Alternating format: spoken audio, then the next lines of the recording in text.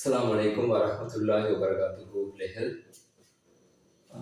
நம்ம கடைசி கிளாஸ்ல சமூக ஒப்பந்த கோட்பாடு தொடர்பான தோமஸ் ஹோப்ஸ் கருத்தை நம்ம விரிவா பார்த்துருந்தோம். இந்தியா வகுப்புல இந்த சமூக ஒப்பந்த கோட்பாடு தொடர்பாக ஜோன் லோக் அவர கருத்து என்னென்ன கருத்தை அவர் முன்வைச்சிருக்காரு என்று சொல்லி நம்ம பார்ப்போம். உங்களுக்கு தெரியும், அது கொஞ்சம் நம்ம ரிவிஷன் பண்ணிட்டு தோமஸ் ஹோப்ஸ்ட சமூக ஒப்பந்த கோட்பாடு தொடர்பாக தோமஸ் ஹோப்ஸ் அவரோட கருத்தை எவ்வாறு சொல்லியிருக்காருன்னு சொன்னா, இயற்கை நிலை சமூகம், சிவில் நிலை சமூகம் என்ற ரெண்டு வகையான விளக்கத்தை அவர் சொல்லியிருக்காரு. இயற்கை நிலையில மனிதன் பல்வேறு தேவைகளை உடையவனாக காணப்படுகின்றான். இயற்கை நிலையில மனிதன் பல்வேறு தேவையுடையவனாக காணப்படுகின்றான். அந்த அடிப்படையில அவ்வாறான தேவைகளை அவன் பிரித்தொரு நபரினூடாக அடைந்து கொள்ள முயற்சிக்கும் போது அங்க முரண்பாடுகள் ஏற்படுது. அதே போல அவனுக்கு தேவையான சொத்துக்களை சேர்த்து வைக்கிறார். அதே சந்தர்ப்பத்துல அந்த சொத்தை பாதுகாக்க முயற்சிக்கும் போது அங்க போட்டி முரண்பாடுகள் ஏற்படுது. அப்ப இந்த முரண்பாடுகள் ஏற்படுவதனால மனிதன் ஒரு காட்டுமிராண்டியாகவோ கெட்டவனாக தோமஸ் ஹோப்ஸ் இயற்கை நிலையில அடையாளப்படுத்துறார்.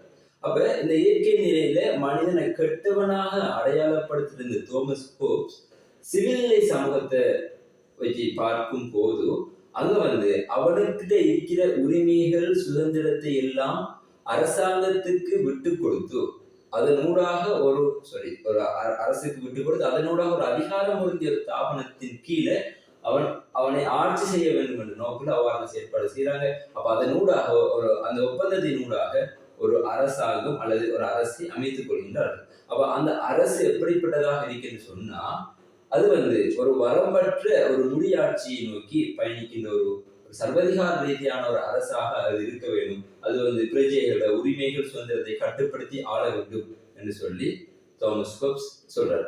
தோமஸ் ஹோப்ஸ் இதான் அந்த சுருக்கமான விஷயம் நான் போன கிளாஸ்ல பார்த்து. இன்னைக்கு பார்க்கப்படுறது சமூக ஒப்பந்த கோட்பாடு தொடர்பாக ஜோன் லோக் என்னென்ன கருத்துக்களை முன்வைக்கிறாரு என்று சொல்லி நம்ம பார்ப்போம். உங்களுக்கு தெரியும், ஜோன் லோக் சமூக ஒப்பந்த கோட்பாடு தொடர்பாக சமூக கோட்பாடு தொடர்பான சிந்தனையாளர்கள ஜோன் லோக்கும் ஒரு முக்கியமான ஒருவராக எங்களால் அடையாளப்படுத்தலாம். இவர் 1640 இங்கிலாந்துல ஏற்பட்ட சீர்திருத்த நிலைமை மையமாக வைத்து 1688 மாகோன் புரட்சி, அதாவது இரத்தம் சிந்தா புரட்சியை மையமாக வைத்து இந்த ஜோன் லோக் இந்த சமூக ஒப்பந்த கோட்பாடு தொடர்பாக அவரோட கருத்தை முன்வைக்கிறார்.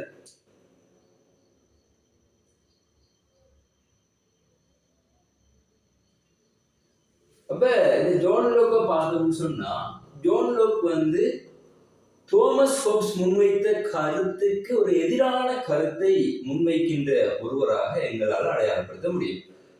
தோமஸ் ஹோப்ஸ் சொல்றாரு, மனிதன் அரசு ரெண்டையும் மையமாக வைத்துள்ளாரு. மனிதன் ஒரு கெட்டவன் என்று சொல்லி சொல்றாரு. அதே போல அரசு எப்படி இருக்கணும்னு சொன்னா, ஒரு வரம்பற்ற ஒரு முடியாட்சியை நோக்கி இருக்கணும்னு சொல்றாரு. ஆனா ஜோன் லோக்க பார்த்தோம்னு சொன்னா, அவர கருத்திலிருந்து சற்று ஒரு மாறுபட்ட கருத்தை அவர் முன்வைக்கிறார். சரி, அப்ப அந்த வகையில பார்ப்போம்.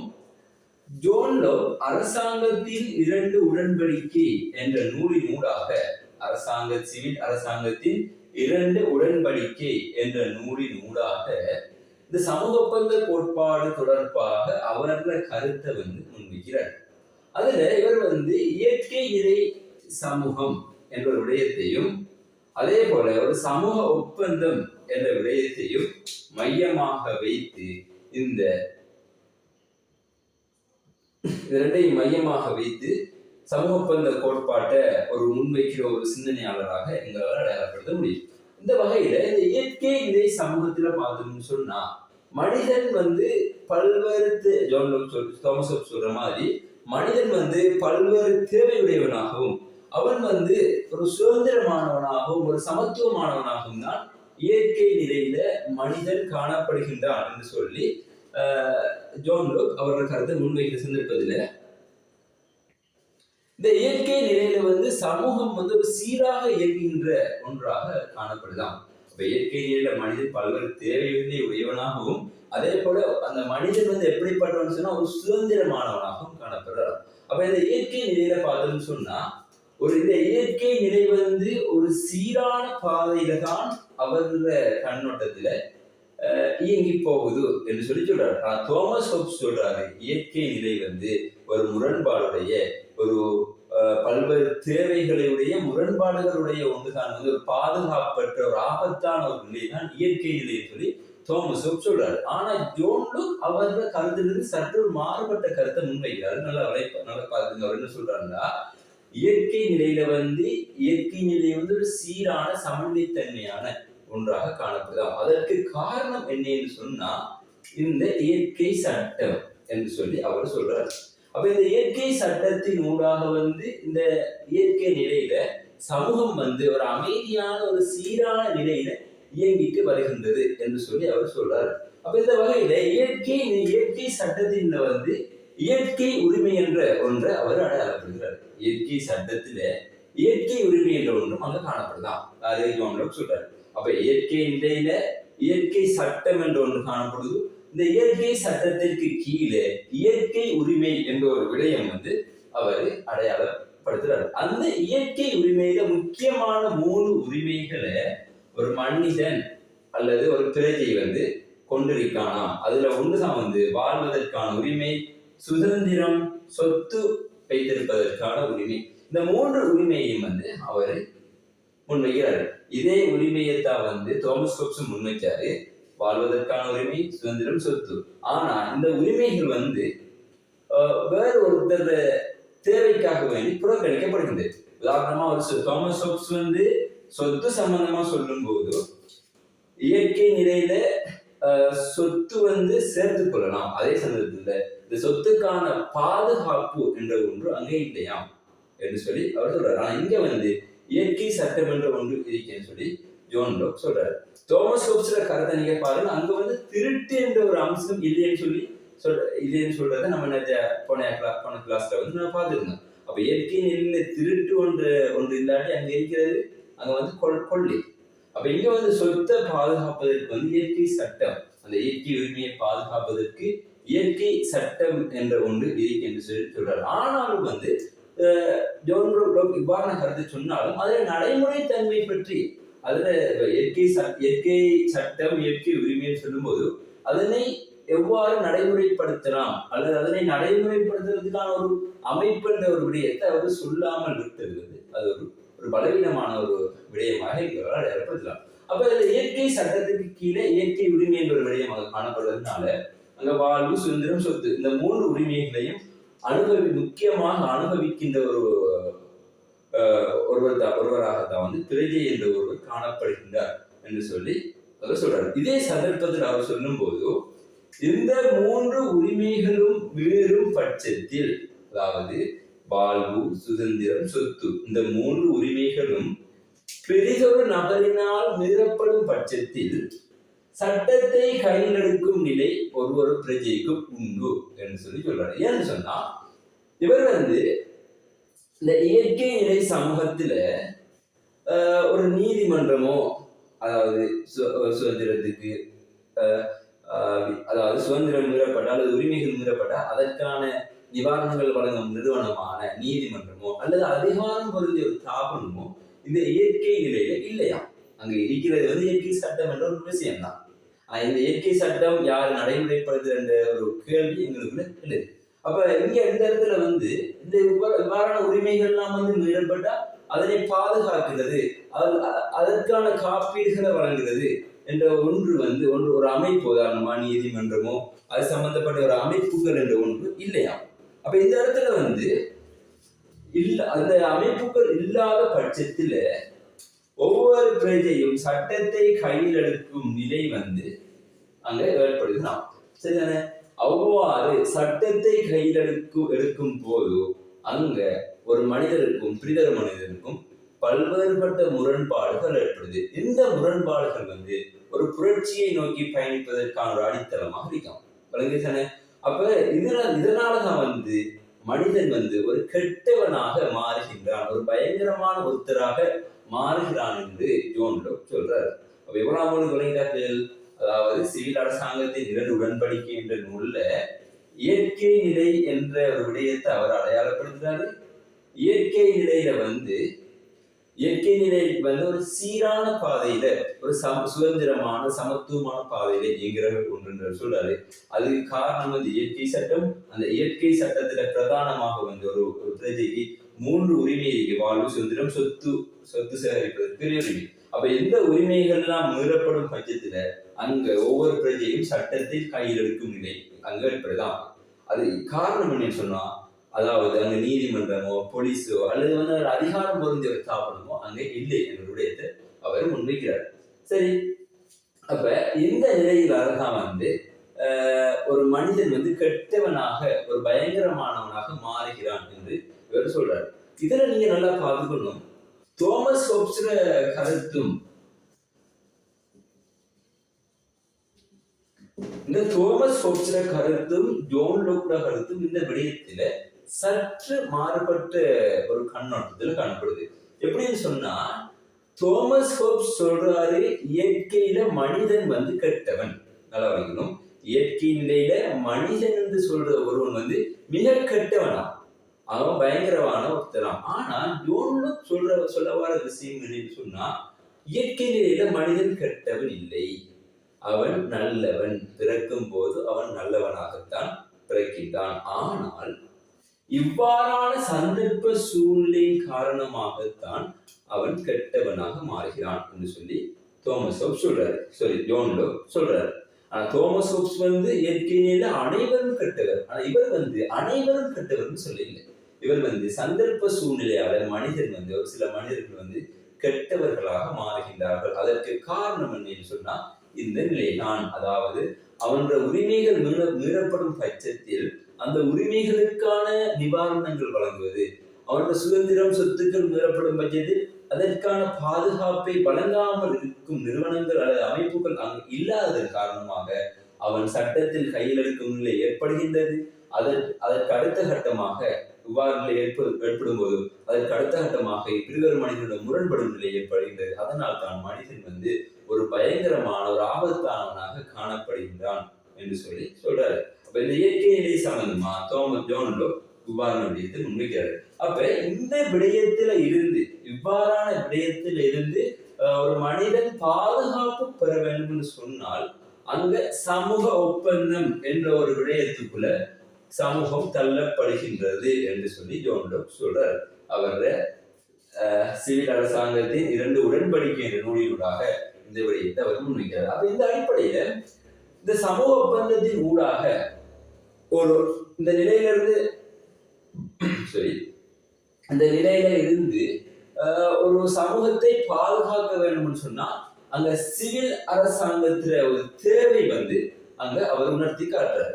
அந்த அரசாங்கத்தை அல்லது அந்த அதிகாரம் பொருந்திய அமைப்பை எவ்வாறு உருவாக்க வேண்டும் சொன்னா தோமஸ் ஜோன் லோக் அவருடைய அரசாங்கத்தை 2 உடன்படிக்கை நூல்ல 2 ஒப்பந்தங்களை அவர் முன்வைக்கிறாரு. இதுதான் அந்த 2 ஒப்பந்தம். ஒரு ஒப்பந்தம் வந்து முதலாவது ஒப்பந்தம் வந்து முதல்ல ஒரு அரசாங்கத்தை உருவாக்க வேண்டும் சொன்னா மக்களுக்கிடையே ஒரு ஒப்பந்தத்தை மேற்கொள்ள வேண்டுமா.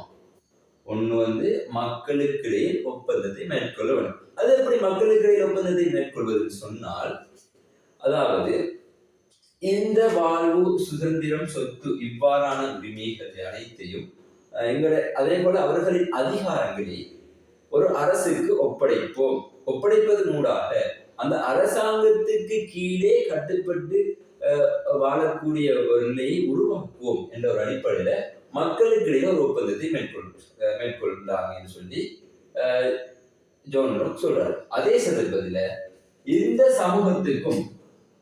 சமூகத்துக்கும் அரசுக்கும் இடையில 2வது ஒப்பந்தம் மேற்கொள்ளப்படுகின்றதா. அப்ப அதாவது இப்ப மக்களுக்கிடையில ஒப்பந்தங்கள் மேற்கொண்டாங்க தானே. அதாவது எங்களோட உரிமைகள், அதிகாரத்தை வந்து ஒரு அரசுக்கு நாங்க ஒப்படைப்போம், அதன் கீழ் நம்ம ஆளப்படுவோம் என்று சொல்லி ஒரு ஒப்பந்தத்தை மேற்கொள்றாங்க. அந்த ஒப்பந்தம் மேற்கொண்ட சமூகமும் இப்ப நம்ம கொடுக்க போற அந்த அமைப்புக்கும் எங்களோட அதிகாரத்தை கொடுக்க போற அமைப்புக்கும் இடையில ஒரு ஒப்பந்தங்கள் மேற்கொள்றது. அந்த 2 ஒப்பந்தங்களினூடாக ஒரு அரசாங்கத்தை அமைச்சு கொள்றாங்க. இதுதான் அந்த அரசாங்கம், அதாவது வரம்புக்குட்பட்ட அரசாங்கம். ஆனா தோமஸ் ஹோப்ஸ் சொல்ற அரசாங்கம் வந்து வரம்பற்ற ஒரு அரசாங்கம். அங்க அதிகாரம் எல்லாம் அரசுக்கு தான் காணப்படும். ஆனா இவர் சொல்ற அரசாங்கம் வந்து வரம்புக்குட்பட்ட ஒரு அரசாங்கமாக அது இருக்கிறது. அது மக்களோட உரிமைகள் சுதந்திரத்தை பாதுகாக்கிற ஒன்றாக இருக்கணும் என்று சொல்லி ஜோன் லோக் சொல்றாரு. ஆனா தோமஸ் ஹோப்ஸ் என்ன சொல்றாரு? அது மக்களின் உரிமைகள் சுதந்திரத்தை கட்டுப்படுத்துகின்ற ஒரு அரசாங்கத்தான் இருக்க வேண்டுமே தவிர மக்களுக்கு கட்டுப்படுகின்ற ஒரு அரசாக இருக்கக்கூடாது என்று சொல்லி தோமஸ் ஹோப்ஸ் சொல்றாரு. அதற்கு காரணத்தை முன்வைக்கிறார். ஒரு அரசு இவ்வாறான, அதாவது அதிகாரம் பொருந்திய ஒரு அமைப்பாக இருந்தால்தான் அங்க மக்களோட பிரச்சனைகளை, பொது பிரச்சனைகளை இல்லாமல் செய்யலாம் அவர் சொல்றாரு. ஆனா இங்க அவர் சொல்ல வர விஷயம் என்னன்னு சொன்னா, ஜோன் லோக் சொல்ல வர விஷயம் என்னன்னு சொன்னா, இந்த 2 ஒப்பந்தத்தின் உண்டாக ஒரு அரசாங்கத்தை அமைப்பது, அதாவது அந்த அரசாங்கம் எப்படி இருக்கணும்? இந்த வரம்புக்குட்பட்ட ஒரு அரசாங்கமா இருக்கணும். ஆனா இந்த அரசாங்கம் எப்போ மக்களோட உரிமைகள் சுதந்திரத்தை ஒரு பாதுகாக்கின்ற ஒரு அரசாங்கமாகத்தான் இருக்க வேண்டும் சொல்லி ஜோன் லோக் சொல்றாரு. அதே சமயத்துல ஜோன் லோக் அவர் சொல்றாரு, அதாவது அரசாங்கம் மக்களின் பிரதிநிதி மட்டுமே தவிர அது தன்னிச்சையாக எதையும் செய்ய முடியாது. அதாவது இந்த வரம்புக்குட்பட்ட அரசாங்கம் மக்களோட ஒரு பிரதிநிதி மட்டுமே தவிர அது எதிர்ச்சதிகார தன்னிச்சையாக எந்த ஒரு முடிவும் எடுக்கல. ஒவ்வொரு முடிவும், ஒவ்வொரு கொள்கையும் மக்களை மக்களோட அதிகாரத்திற்கு உட்பட்டுத்தான் அவ்வாறான செயற்பாடுகள் செய்ய வேண்டும் என்று சொல்லி ஜோன் லோக் சொல்றாரு. அப்ப இதுல சுருக்கமா சொல்ல வர விடயம் என்னன்னு சொன்னா, இந்த அரசாங்கம் எப்படி இருக்கணும்னு சொன்னா, இந்த 2 உடன்படிக்கைங்கிற உருவாக்கப்பட்ட அரசாங்கம் எவ்வாறு இருக்க வேண்டும் என்று சொன்னா வரம்புக்குட்பட்ட அரசாங்கமாக இருக்கணும். அப்ப தோமஸ் ஹோப்ஸ் மற்றும் ஜோன் லோக் இது சம்பந்தப்பட்ட விடயத்தை பார்த்தோம். அப்ப தோமஸ் ஹோப்ஸும் ஜோன் லோக்கோட கருத்தும் சற்று வித்தியாசமான ஒரு கருத்தாக தான் இருக்கு. தோமஸ் ஹோப்ஸ் அரச சொல்லிக்கல, அரசு எப்படிப்பட்டது இருக்கணும்? தோமஸ் ஹோப்ஸ் அரசு அதாவது வரம்பற்ற ஒரு முடியாட்சி, அது அனைத்து மக்களையும் கட்டுப்படுத்தி ஆளுகின்ற ஒரு அரசாக இருக்க வேண்டும் சொல்றாரு. ஆனா ஜோன் லோக் சொல்றாரு, ஒரு வரம்பற்ற ஒரு அரசாக இருக்கணும், அதாவது வரம்புக்குட்பட்ட ஒரு அரசாங்கமாக இருக்கணும், அது மக்களோட உரிமை சுதந்திரத்தை பாதுகாக்கின்ற ஒன்றாக இருக்கணும். அதே போல இயற்கை நிலையை பத்தி அவர் சொல்லும் போது, இயற்கை நிலையை பத்தி தோமஸ் ஹோப்ஸ் சொல்லும் போது, இயற்கை நிலை ஒரு கொடூரமான ஒன்றாகத்தான் இயற்கை நிலை அடையாளப்படுத்துறாரு. ஆனா ஜோன் லோக் இயற்கை நிலையை பத்தி சொல்லும் போது அது ஒரு சீரான சமநிலையான ஒன்று. அதற்கு காரணம் இந்த இயற்கை சட்டம் ஒன்று இருக்கிறதுனால சீரான சமநிலையான ஒன்றாக இருக்கிறது சொல்றாரு. அதே போல தோமஸ் ஹோப்ஸ் மனிதன்ற நிலையை பற்றி சொல்லும் போது, தோமஸ் ஹோப்ஸ் மனிதன் இயற்கையிலே கெட்டவன் சொல்லி அடையாளப்படுத்துறான். கொடூரமானவன், கெட்டவன். காரணம் அவனுக்கு தேவைகளை அடைந்து கொள்வதற்காக அவன் பிரித்த ஒரு நபரை கொலை செய்ய கூட முற்படுவான் என்று சொல்லி அவர் சொல்றார். ஆனா ஜோன் லோக் சொல்லும் போது அவர் சொல்றாரு, மனிதன் இயற்கையில் பிறப்பில் நல்லவன் தான், ஆனா ஒரு சந்தர்ப்ப சூழ்நிலையின் காரணமாகத்தான் அவன் கெட்டவனாக மாறுகின்றான் என்று சொல்லி நம்ம சுருக்கமாக இந்த விடயத்தை எங்களால பார்த்து கொள்ள முடியும். சரி, அப்படி சமூக ஒப்பந்த கோட்பாடு தொடர்பாக தோமஸ் ஹோப்ஸ் முன்வைத்த விடயத்தை பார்த்தோம், ஜோன் லோக் விடயத்தை பார்த்தோம். இப்ப நம்ம அடுத்து பார்க்க வேண்டியது ரூஸோட கருத்து. சரி, அப்ப இதை நோட் பண்ண சொன்னா இதை நோட் பண்ணி கொடுங்க. அடுத்து நான் பார்க்க வேண்டியது ரூஸோட.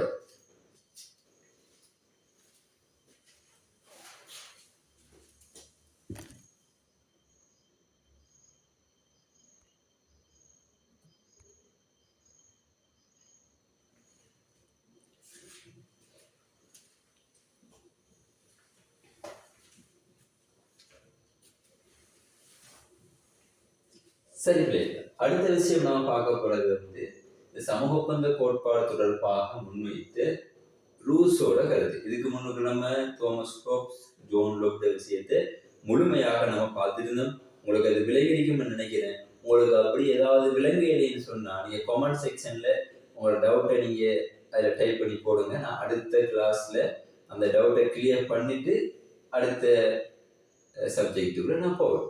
சரிதானே? இப்ப அடுத்தது நான் ஜீன் ஜாக் ரூசோ. ரூசோவை பத்தி சொல்லணும்னு சொன்னா, இவர் 18ஆம் நூற்றாண்டு ஒரு அரசியல் சிந்தனையாளர் தான் இந்த ஜீன் ஜாக் ரூசோ. இவர் பிரதானமாக இந்த தாராண்மைவாத சிந்தனையாளர்ல ஒருவர் தான் இந்த ஜீன் ஜாக் ரூசோ.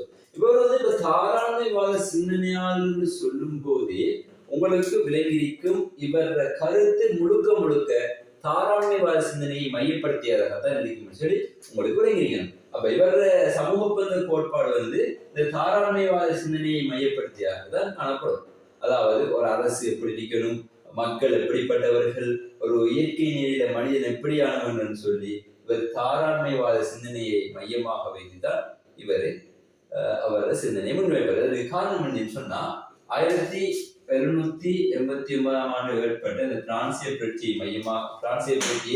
ஆர்வமுற்ற ஒரு வகையில இந்த தாராண்மைவாத சிந்தனையாளர் விவரிக்காரு. இந்த 1789 பிரான்சிய புரட்சியை மையமாக வைத்துதான் இவர் வந்து இது சம்பந்தப்பட்ட விடயத்தை முன்வைக்கிறார்.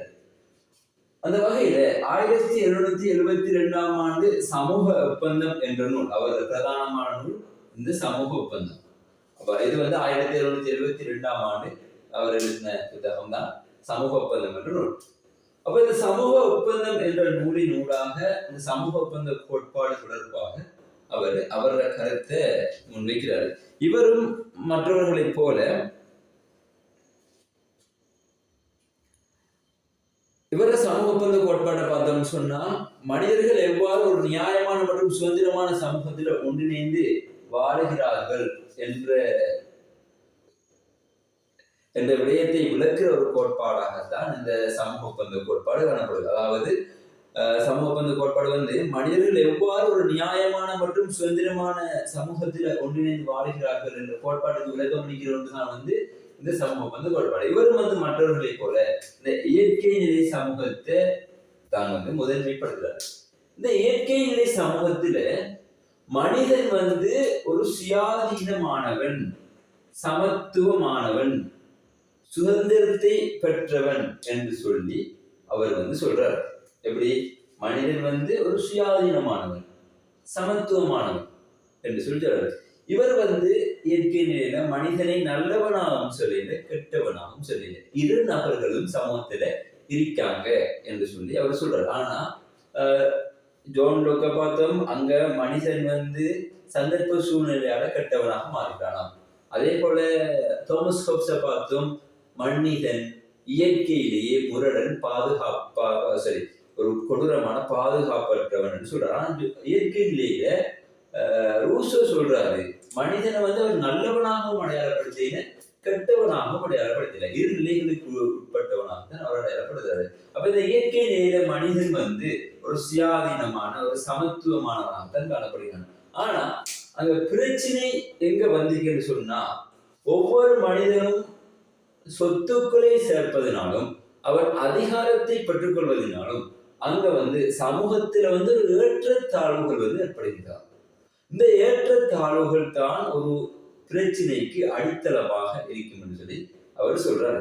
ஏன்னா சொத்து அங்க எப்படி அடையாளப்படுத்தப்படுதுன்னு சொன்னா, சொத்துரிமை வச்சிருக்கிறார்கள் வந்து உயர்ந்தவர்களும் சொத்து இல்லாதவர்கள் தாழ்ந்தவர்கள் என்ற அடிப்படையில் ஒரு சமூக ஏற்றத்தாழ்வு வந்து அங்க காணப்படுது. அப்ப இந்த ஏற்றத்தாழ்வுகளை இல்லாமல், இந்த ஏற்றத்தாழ்வுகளினூடாக வந்து பல்வேறுபட்ட சமூக முரண்பாடுகள் ஏற்படுகின்றது. அதே போல சொத்துக்கள், அதிகாரங்கள் ஒருத்தர் காணப்படும் போது இன்னொருத்தர் அதிகாரம் குறைவாக காணப்படுகின்றதுல அங்க முரண்பாடுகள் ஏற்படுகின்றது என்று சொல்லி ரூசோ சொல்றாரு. அப்ப இந்த விடயத்துல இருந்து பாதுகாப்பு பெறுவதற்காக, இதனால ஏற்படுகின்ற முரண்பாடுகளை தவிர்த்துக் கொள்வதற்காக வேண்டி ஒரு அரசின் அவசியம் குறித்து,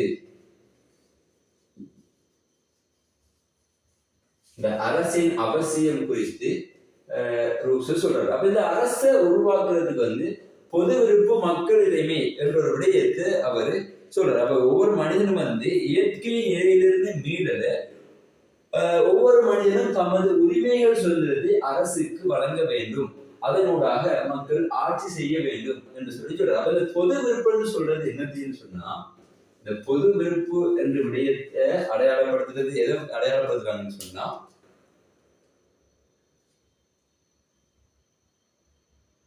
அதாவது தங்களிட உரிமைகள் சுதந்திரத்தை நாம வந்து அதாவது பொதுமக்கள் விரும்பி அரசுக்கு கொடுத்து அதனூடாக அதிகாரம் பொருந்திய ஒரு தாபனமாக சமூகம் இருக்கும் என்று சொல்லி இந்த பொது விருப்பினூடாக சொல்றாங்க.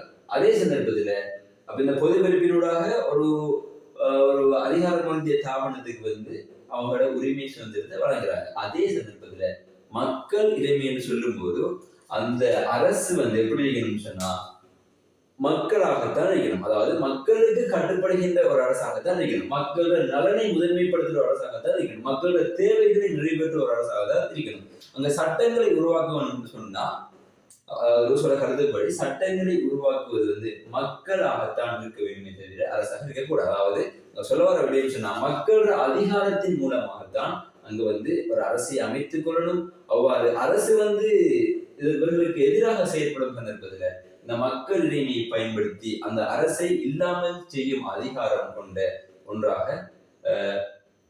இவர் முன்வைக்கிறார். அப்ப தாமஸ் ஹோப்ஸ் வரம்பற்ற மொழியாட்சியை சொல்ல, ஜோன் லோக் வரம்புக்குட்பட்ட மொழியாட்சியை சொல்ல, இவர் ஒரு ஜனநாயக ரீதியான தாராண்மைவாத அரசின் முக்கியத்துவத்தை அவர் முன்வைக்கிறார்.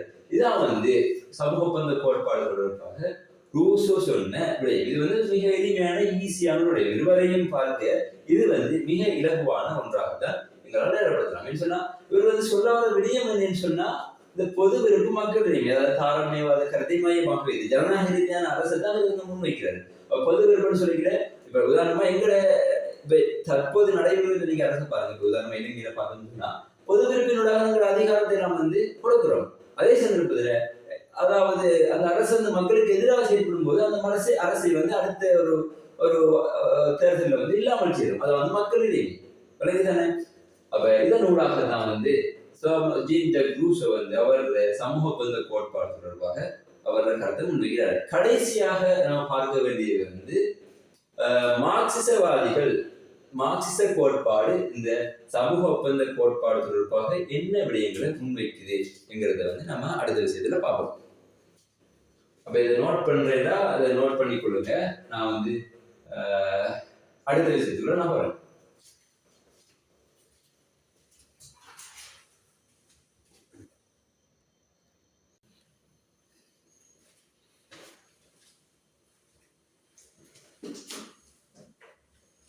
அடுத்த விஷயம் நான் பார்க்க போறது சமூக ஒப்பந்தம் கோட்பாடு தொடர்பான இந்த மார்க்சிசவாத கோட்பாடு. நம்ம இதுக்கு முன்னாடி பார்த்தோம், 3 பேர் விடயங்கள் பார்த்தோம். தாமஸ் ஹோப்ஸ் என்ன சொல்றாரு, ஜோன் லோக் என்ன சொல்றாரு, ரூசோ என்ன சொல்றாரு விடயத்தை நான் பார்த்தோம். இப்ப நான் பார்க்க போறது இந்த மார்க்சியவாத கோட்பாடு என்ன சொல்றது என்கிறது. இந்த மார்க்சியவாத கோட்பாடை பார்த்தோம்னு சொன்னா அதாவது 6 வகையான சமூக நிலைகளை கொண்டு இங்க உருவாக்குது. நம்ம அதுல இயற்கை நிலை, சிவில் நிலை பார்த்து நம்ம இதுல 6 வகையான ஒரு நிலையை சொல்லுது இந்த மார்க்சியவாத கோட்பாடு. அதுல முதலாவது விடயம் என்னன்னு சொன்னா ஆதிகால கம்யூனிசம். ஆதிகால கம்யூனிச சமூகம். அதாவது ஆதிகால கம்யூனிச சமூகம் சொல்லும் போது நம்ம அதுல இயற்கை நிலைகளுடைய பாதம் தானே. இயற்கை நிலைகளுடைய அவ்வாறா அதற்கு ஒரு ஈக்குவலான ஒரு நிலை தான் இந்த ஆதிகால கம்யூனிச சமூகம். இந்த ஆதிகால கம்யூனிச சமூகத்தை பார்த்தோம்னு சொன்னா அங்கு அரசோ எதுவுமே இல்லாத ஒரு நிலை, ஒரு இயற்கை நிலையை தான் இங்க ஆதிகால கம்யூனிஸ்ட சமூகமாக எங்களால் அடையாளப்படுத்த முடியும். அப்ப இந்த ஆதிகால கம்யூனிஸ்ட சமூகத்துல பொதுவாக அங்க வேட்டையாடுதல், உணவு சேகரிப்பு இது சம்பந்தப்பட்ட விடயங்கள் தான் அங்க முதன்மையாக இருக்கு. அதே சந்தர்ப்பத்துல மனிதன் நாடோடிகளாகத்தான் காணப்பட்டான். ஒரு இடத்துல நிலையாக அவன் இருக்கையில காலத்துக்கு காலம் தேவைக்கேற்ப அவன் பல்வேறு இடங்களை நாடி, உணவுக்காக ஒரு இடம் நாடி, அவனோட உறையுக்காக ஒரு இடம் நாடி, இப்படி பாதுகாப்பிற்காக ஒரு இடங்களை நாடி நாடி நாடி போகக்கூடிய ஒருவனால இந்த ஆதிகால கம்யூனிச சமூகம். அப்ப அதனால இங்க ஒரு முரண்பாடுகள் ஏற்படாதது காரணம் இங்க அங்க சொத்து சேகரிக்கிற ஒன்று இல்லை. ஏன்னு சொன்னா அப்ப ஒரு இடத்த ஒரு காலம் இருந்தாலும் சொன்னா அந்த இடத்துல அவங்க தேவை முடிஞ்சதுக்கு பிறகு அடுத்த இடத்துக்கு பயன்படும். அப்ப அதனால இந்த சொத்து சேகரிக்கிற ஒரு விடயம் அங்க இருக்கிறது. அப்ப அதனால அங்க முரண்பாடுகள், சமூக முரண்பாடுகள் பொதுவாக அங்க இல்லை. அதாவது பெரும்பாலும் அவன் இருந்தது வேட்டையாடுதல், உணவு சேகரிப்பு இது சம்பந்தப்படுகிறது முதல் நேரடி. அப்ப இந்த ஆதிகால கம்யூனிஸ்ட் சமூகத்துல ஒரு அரசன் ஒரு இருக்கையில அரசன் தேவை அதுக்கு வந்து தேவையில்லை என்ற அடிப்படையில் வந்து இந்த ஆதிகால கம்யூனிசமும் இருந்தது. அதே போல இரண்டாவது விடயம் தான் அடிமை முறை சமூகம். இந்த அடிமை முறை சமூகம் எப்படி தோற்றம்ன்றது சொன்னா, அந்த ஆதிகால கம்யூனிச சமூகத்தை அடுத்ததாக மனிதன் என்ன செய்யறான், அவருடைய சொந்த இருப்பிடத்தை வந்து தீர்மானிக்கிறான். அதாவது சொத்துரிமை தோன்றல். அப்ப இந்த சொத்துரிமை தோன்றதுக்கு பிறகு ஒரு உற்பத்தி முறைய சொத்துரிமைக்கு பிறகு அவனோட உழைப்பிற்காக உற்பத்தியை மேற்கொள்றான். உற்பத்தியை செய்து அதனூடாக வருமானத்தை ஈற்ற ஒரு முயற்சியை வந்து மனிதன் செய்யும் போது அங்க வந்து முதலாளி தொழிலாளி, அதாவது அந்த டைம்ல ஆண்டான் அடிமை முறை ஒரு சமூகம் வந்து தோற்றம் வருது. இதுதான் வந்து ஒரு சமூக முரண்பாடு தோற்றம் பெறுவதற்கு முதலாவது அடித்தளம் இந்த ஆண்டான் அடிமுறை சமூகம், ஸ்லேவ் சொசைட்டி நம்ம சொல்லுவோம். இந்த ஆண்டான் அடிமைமுறை சமூகத்தின் ஊடாக உங்க வந்து ஒரு சமூக ஏற்றத்தாழ்வு ஏற்படுது. நம்ம பார்த்தோம் தானே, இந்த 3 பேரோட விடயத்தை, தாமஸ் ஹோப்ஸ், ஜோன் லோக் இவர்களோட விடயத்தை பார்க்கும்போது அது பொதுவாக பிரச்சனைகள் தோன்றுறது வந்து அந்த சமூக ஏற்றத்தாழ்வினூடாக அங்க ஒரு ஏற்றத்தாழ்வு இருக்கிறதுனால அந்த பிரச்சனைகள் தொடர்புது. அப்ப இந்த இடத்துல தான் வந்து முதலாவது ஆண்டான் அடிமைமுறை சமூகம் வந்து தோற்றப்படுது. அதற்கு பிறகு வந்து இந்த நிலமானிய சமூகம், அதாவது உழைப்பு மீது மக்கள் தங்கி இருந்த நிலை. அப்ப அதனால வந்து இந்த நிலமானிய சமூக முறை அங்க தோற்றம் வருவது. அங்க அதாவது அங்க வந்து முதலாளி, இந்த நிலமானிய சமூகத்துக்கு அடுத்ததாக இந்த முதலாளி தொழிலாளி என்ற ஒரு விடயம் அங்க தோற்றம் வருவது. அப்ப இந்த முதலாளி தொழிலாளி என்ற விடயத்தை பார்க்கும்போது, அதாவது முதலாளிமார்கள் தொழிலாளர்களை அடக்கி ஆளுகின்ற ஒரு நிலை காணப்படுது. அதாவது உழைப்பிற்கேற்ற ஊதியம் வழங்கப்படாத ஒரு சுருக்கமா சொல்லிட்டு உழைப்பிற்கேற்ற ஊதியம் இல்லாத ஒரு நிலை வந்து அங்க காணப்படுது. அப்ப இதனால வந்து இந்த முதலாளித்துவ சமூகத்துல ஒரு வர்க்கம் உள்ள அரசு, அங்க வர்க்கம் உள்ள ஒரு அரசு அங்க காணப்படுது. என்னன்னு சொன்னா, இங்க அரசு எப்படிப்பட்டதுன்னு சொன்னா வர்க்க நலன் பேணும் கருவியாகத்தான் இந்த முதலாளித்துவத்துல காணப்படுது. வர்க்க நலன் பேணும் கருவின்னு சொன்னா அரசு யார் வேற கையில காணப்படுதுன்னு சொன்னா இங்க முதலாளித்துவ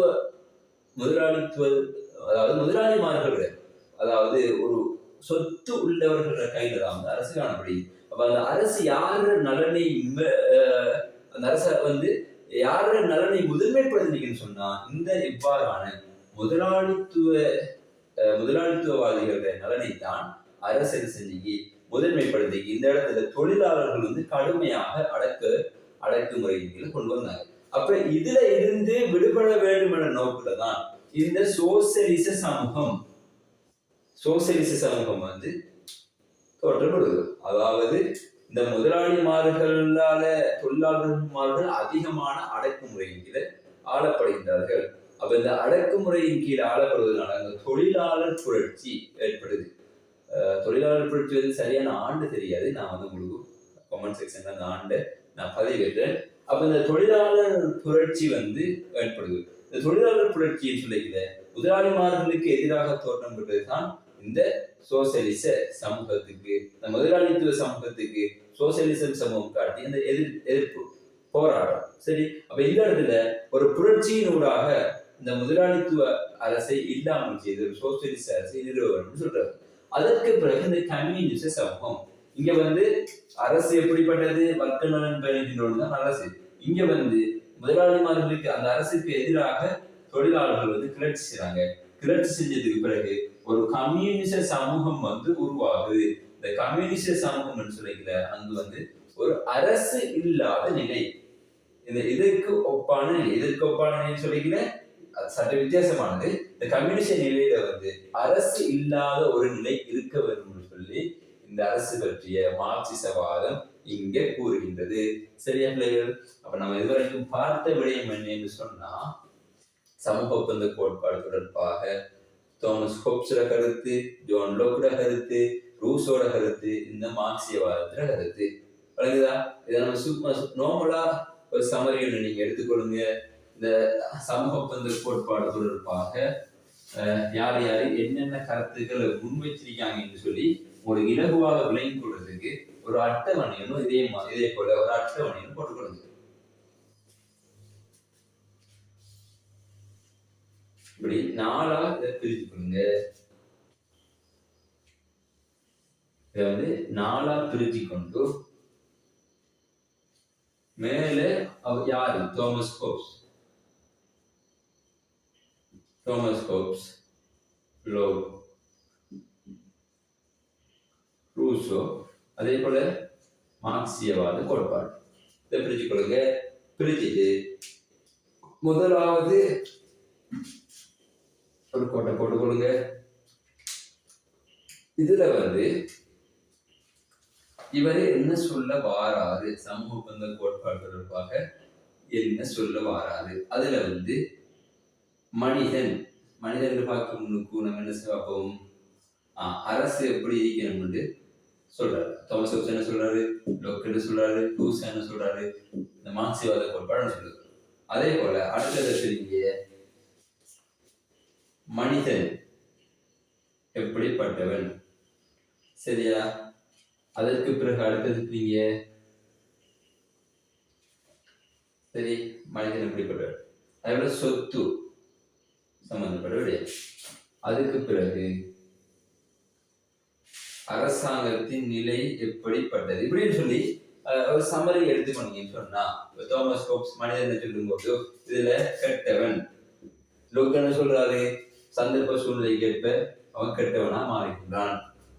ரூசோ என்ன சொல்றாரு, மனிதனை பத்தி சொல்லும்போது அவன் நல்லவனும் இல்லை கெட்டவனும் இல்லை. மார்க்சியவாத கோட்பாடு மனுஷனை பத்தி பெருசா எதுவும் சொல்ல இல்லை. ஆனா வந்து அந்த ஆண்டான் அடிமை முறை சமூகத்துல மனிதன் ஒரு நாடோடியானவன். அதுக்கு பிறகு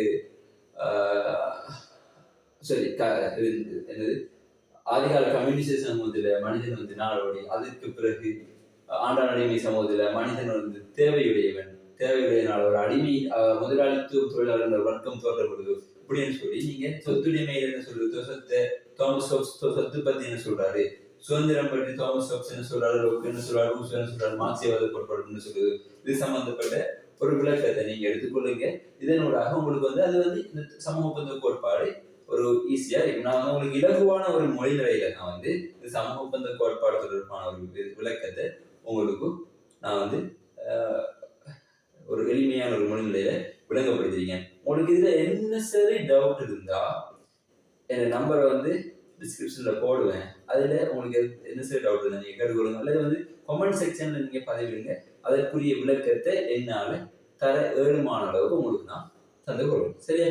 இத்துடன் வந்து இந்த வகுப்பை நாங்கள் முடிச்சுக்கொள்வோம். அடுத்த வகுப்புல வந்து ஏனைய இதற்கு அடுத்ததாக இருக்கிற ஏனைய விடயங்களை நம்ம பார்த்துக்கொள்வோம். பெரும்பாலும் அடுத்த வகுப்பு வந்து அரசியலமைப்பு மாதிரிகள் சம்பந்தப்பட்ட விடயங்களை எங்களால பார்க்கக்கூடியதாக இருக்கும் நினைக்கிறேன். இந்த அடிப்படையில் இதுடன் வந்து இந்த வகுப்பை முடிச்சுக்கொள்வேன். அஸ்ஸலாமு அலைக்கும் வரஹ்மத்துல்லாஹி வபரகாத்துஹு.